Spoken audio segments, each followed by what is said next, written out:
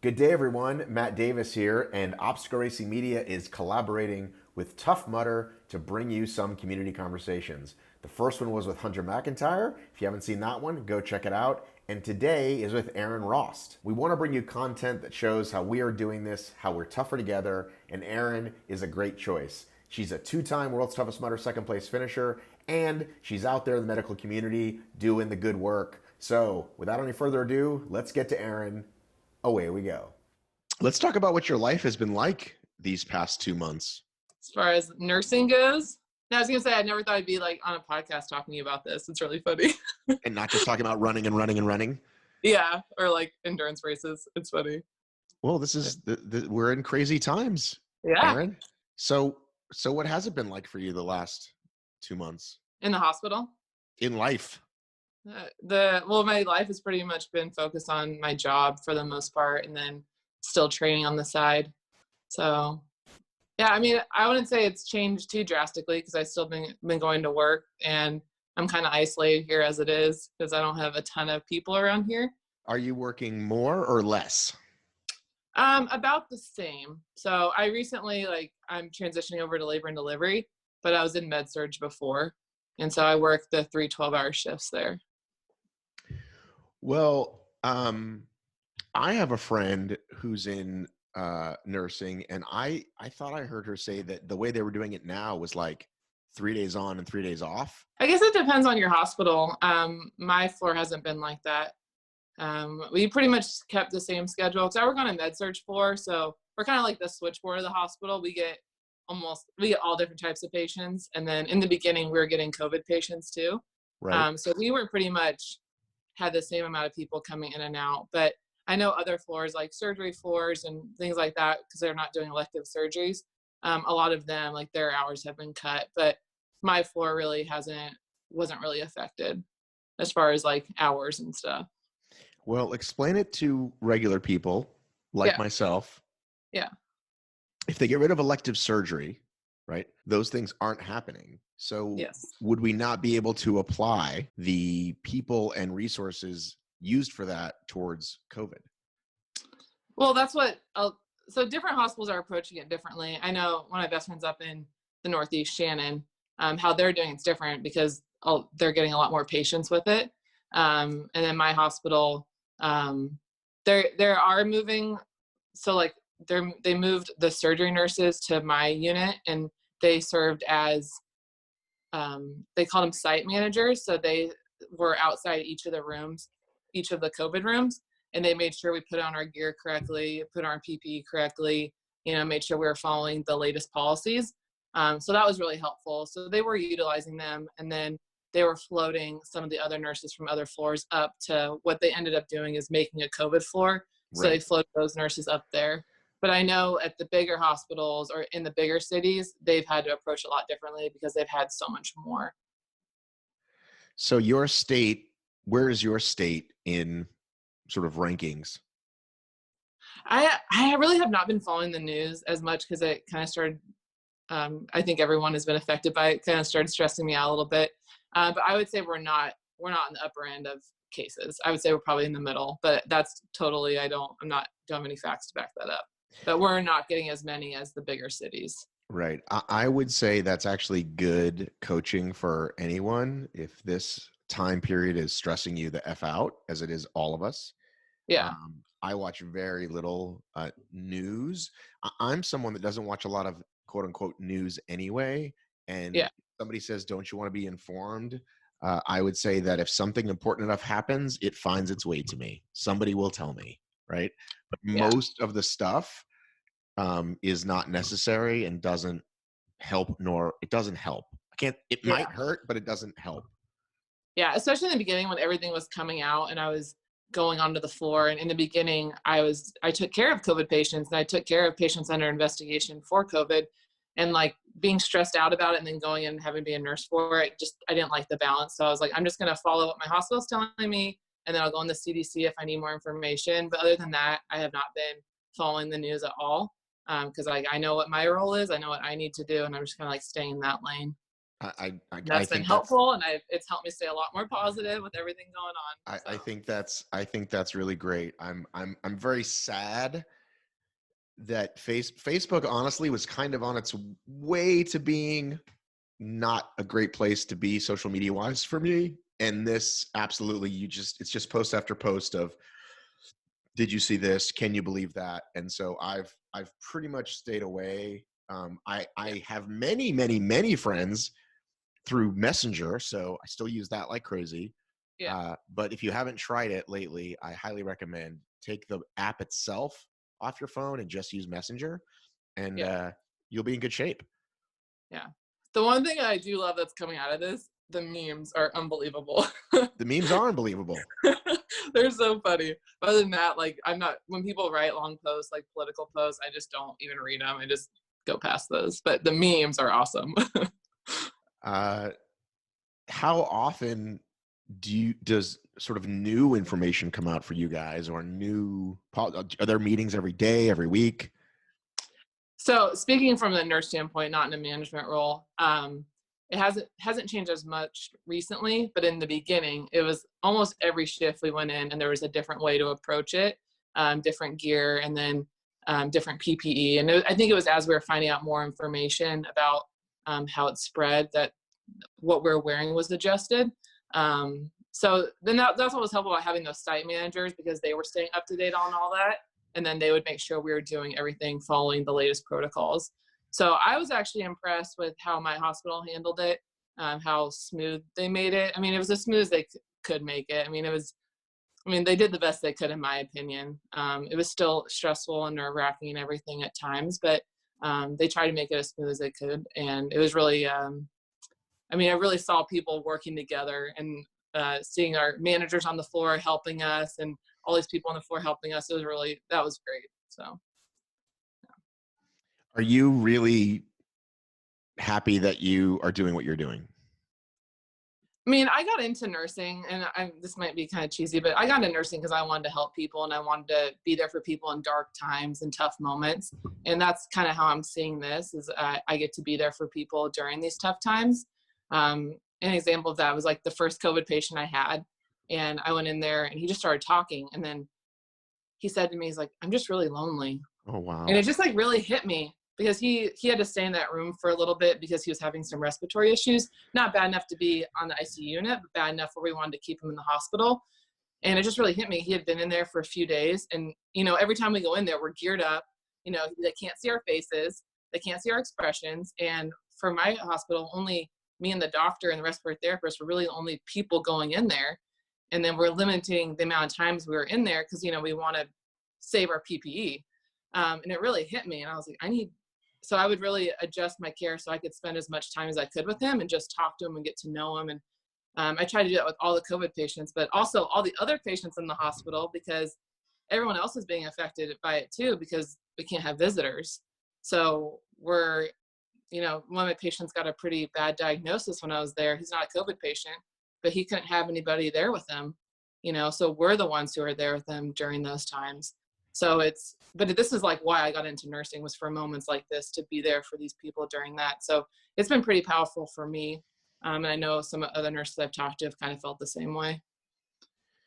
You know, I hadn't even thought about that for maternity or for a labor and delivery. Yeah. Um, is the husband allowed in the room?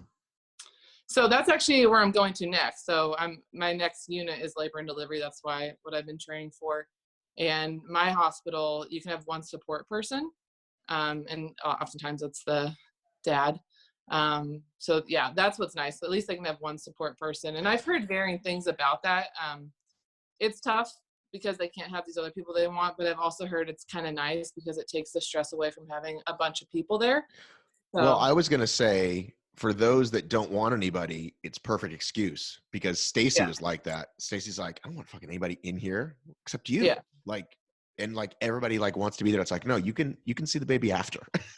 yeah, But no, I understand that some people are kind of yeah, like want a whole bunch of people. I think one is good. I think you guys have an important job to do, and yeah, you're doing what you're doing, and you're professional, and there doesn't need to be a yeah. bunch of family And members jumping around. it's definitely gonna. I mean, I haven't been a labor and delivery nurse, so I can't speak to it yet, but talking to people I've heard, just it makes us have to step up and really be that extra support person for the mom. Do you get to be one of the people that comes in like right when the baby's born? The 4 people come in the hazmat suits. Those people? Are you one of those people? No, I'm gonna be the one who's in the room, like, you can do this, and like monitoring and like doing the cervical check, Right. cervix check, all that. Yeah. So I We're get to be we're, there we're at like as the 9. mother's We're at 9. We're laboring. ready to go. Right. We're ready to push at 9. Right. No, I'm gonna be there like when she walks in to like when she delivers, and Okay. I have wanted to do it since I got into nursing school 5 years ago. This has been the dream, so I am so excited. I like love it. I cannot wait. Well, what do you call those people that come in and just like they're the ones that take the baby out of the room after a few minutes, but they're like I think they're like those aliens. I can't tell you the exact names. I thought the nurse comes in and does a lot of that stuff, but I don't know how all that works yet. I just know what my job's gonna be. Right. Yeah. Yeah.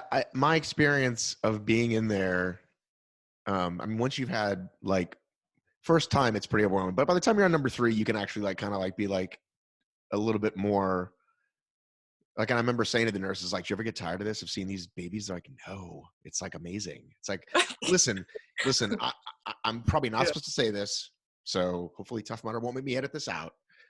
But if you've seen a human being, like there was 4 people in the room and now there's 5 people in the room, I don't know how you could not believe not believe there's something else out there. Like, how can you not? Yeah. The first time I saw it in nursing school, I got to like see a delivery, and it was her first time parents, and seeing the baby come out and then seeing 2 people become parents for the first time and just seeing them just their natural reaction is like literally the most beautiful thing ever. I mean, I've seen 2 deliveries and I can't wait for it. I'm I'm so like totally crying over here. It's like yeah. amazing. Yeah, it is. So, what is your get up? That's the PPE, right? Yeah, so right now, What does that stand at for, my by the way? hospital, personal protective equipment. Okay. Yeah. So we were wearing face masks. So my hospital wasn't doing N95 respirators unless they were doing aerosolized treatment. Um, and I've heard different reasons why that is. Some people have said it's because there's not enough PPE, not enough N95. Some people said it's because it's not an airborne thing anymore. So I can't speak to all those specifics, but I know we wear those yellow masks, the face shield, a gown, and gloves. And so the face shield Yeah. is like so because I mean, I don't know, Well, because our eyes, we don't want anything to get in our eyes. right? Yeah. Yeah. It kind of looks cool. Yeah. Yeah. I sent you the picture. That's like what we're wearing now. But before that, the iteration before that, we were wearing goggles.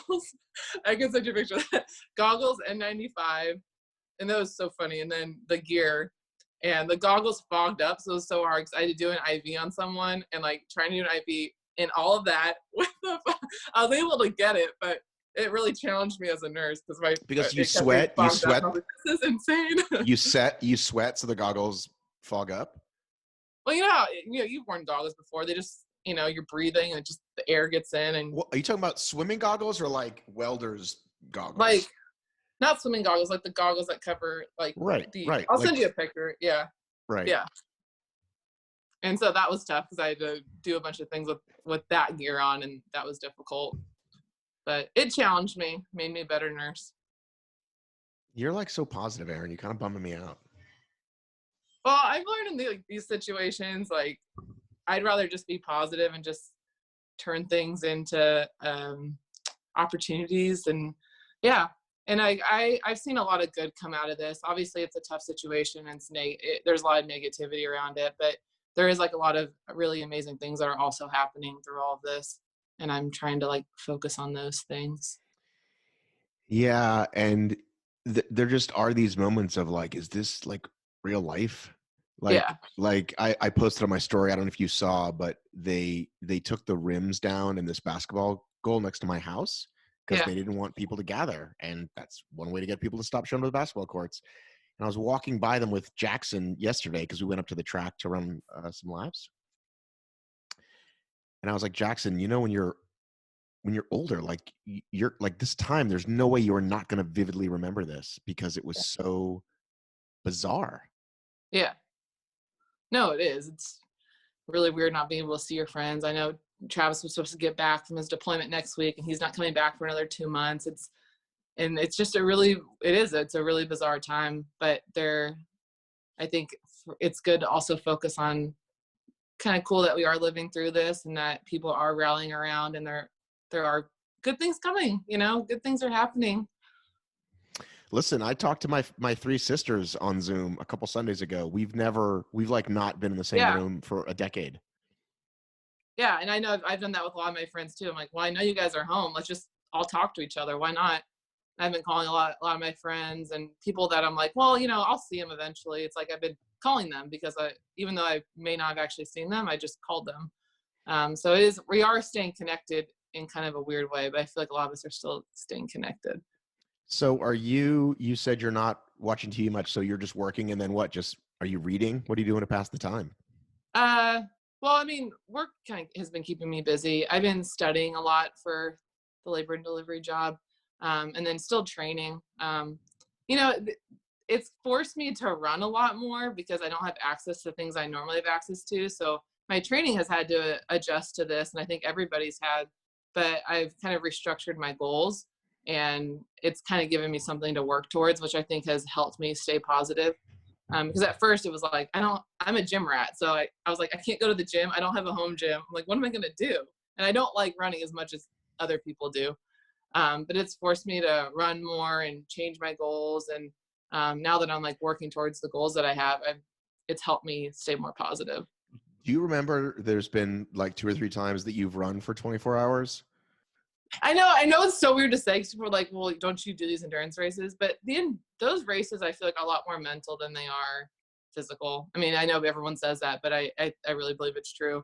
Um, so yeah, I'm not a crazy person. I don't not a crazy person who like loves running. Right. It's just funny But that I'm hearing you say that. I'm like, says the person I met at like 6 a.m. who'd been running for a it's day not funny. straight. That's where you went for the first time. Hey, I'm like, hey, do you know you're in second place? What? I was like, they just told me I was in like third place. I don't know. I still remember that. Me too. So when you Yeah. say your goals have changed, at this point, if you remember early on, it was like, oh, we're going to do races in May or June. And, that's Yeah. clearly not going to happen. So when you say different goals, what do you think about now for what you're training for? Yeah, so I set like a smaller goal, trying to get my mile personal record and trying to get my pull-up personal record. Because I'm not a fast runner, I was like, this is a great opportunity to train that and then use whatever I gain from that to build up to doing these 24-hour races. So for the next 2 months, I'm training for my mile PR. And, I work with Dennis Welch, the Endurance Project, and he's come up with a plan for me to try to hit that goal. So I'm doing a lot more Do speed you, work. do you not want to announce it? What? Your goal? Oh, for the end of the year? Well, you're Oh, making. like the end of the year goal. No, yeah, I have like my short term goal, but the end of the year goal is to do Spartan 24-hour race and then World's Toughest Mudder. No. I mean, you're talking about your mile goal. I said, do you want to announce that, or do you want to keep that to Oh, yourself? that. Yeah, I would like to get like a sub 550. Okay. And That's my PR from last year is a 6 minute, like it was like a 6:01, right. and then I'm at like a 6:30 right now, so I All have right. some work to do. All right.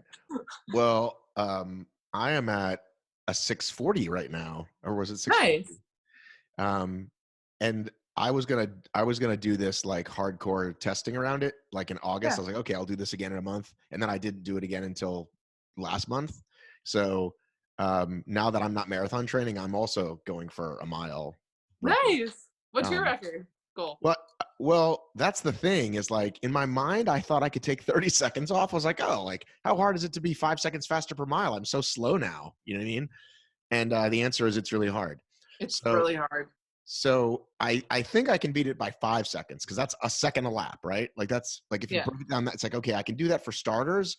And then I'm going to look at some like deeper, stuff, but let's try 5 seconds for starters. As you get older, it's a lot harder to get faster. Oh, don't give me the old excuse. Listen. Don't make excuses for yourself, Matt. Listen You to me. trained for the Boston Marathon. Listen, Erin. My friend Alec Blennis said, because I said, you know, what's great about being older is that people go farther than they ever have, but you don't hear about a lot of 50-year-olds going faster than they ever have. So it's just biology. I'm not giving up on myself. I'm just saying that there's a chart actually that shows like from 24 to 40, like 7, basically where I am now, like what your max could be. There's a percentage of it, and then as you get older, it's just harder. Anyhow, it's just fucking harder, but I'm going for it. Damn it. Well, good. I'm glad you're going. I appreciate you having faith in me and telling me not to give up, but you see what I'm saying. Yeah. Like a 70-year-old, like a 70-year-old can run 100 miles, but he's not going to break a 5-minute mile, basically. Unless he's already in really good shape, probably not. Right. You know, I also am not willing to like give up the dunks as you see me sitting here drinking. And I know that would make me faster. Like removing all that sugar from my life would probably make me faster. Right. Well, that's what I'm doing now too, is I'm on like a really good eating plan, and like that's helped a lot with running for sure. And I don't want to gain the Corona 15. No, when I first heard that, I was like, oh boy. So I almost always check my weight once a week. Yeah. And I'm maintaining now, like just 1 or 2 up and down, which is fine. Yeah. And I'm taking that as a win because, you know, I'm home so much more. What's your little like go-to pre-made lunch for yourself that you bring into the hospital? I bake these vegetables, and it's the recipe. I make them every day. So it's like broccoli, carrots, chicken, and brown rice. That's what I have for lunch. Right. And then I have like this like Quest protein bar. That's like my go-to snack if I don't have time to eat, because it's like high in protein and like low in sugars and stuff. And then I always have like a protein shake in there just in case as my backup. Adapt and overcome. Is that what they teach you in the Air Force? What? Is that what they teach you in the Air Force? Yep. That's what I've been saying when like things have gone wrong. Like adapt and overcome. That's been like my line. But I think that's healthy. It's not just like, hey, toughen up. It's like, you know, adapt and overcome. Yeah. And it's definitely okay. Like I know I'm coming across like really positive, but I mean I've struggled. God forbid you do that. God. But I don't know. I just rather like yeah, once you kind of figure out what you're gonna do, just keep moving forward, and it's, you know, you're gonna have moments where you're gonna be sad, but then find a way to get yourself out of it, you know? Yeah, actually Faye Morgan, who I talked to early on, said, you know, a lot of our parents and grandparents, like, you know, went to wars, lived through the Depression. Like if the worst thing that we deal with is that we have to stay home and be with each other more, like it's not the worst thing. Having said that, it is like, it is, you know, mentally it's tough, you know, just adjusting to everything. Yeah, I think it's definitely good to recognize that you're going through a tough time, but then not dwelling on it, I think is what's important. It's just like recognizing that something's bothering you, but then not dwelling on it, I think is what is important right now. And then just like helping each other out, you know, because I know I've reached out to a lot of friends and people have been reaching out to me, and that's been really helpful. Do you think we're going to get World's Toughest this year? I'm saying yes. I forget who I was talking to, and I was like, you can't send that negative energy. So yes. Okay, good. I'll say that too then. Yeah. I feel like it's the one race I'll get to do. I feel like it's the one race we'll get to do. I do too. I honestly think Spartan's 24-hour race and World's Toughest Mudder are going to be races that will stick around. Because they're the end of the year. We got all the way through the summer, all the way through the late fall, November, December to do a race. I think those races will happen. I'm going to train for them. If they don't, they don't. But I'm still going to train for it. And if anything, I'll just get in good shape, right? Thanks for taking the time to talk to me. Thanks for being available. Yeah.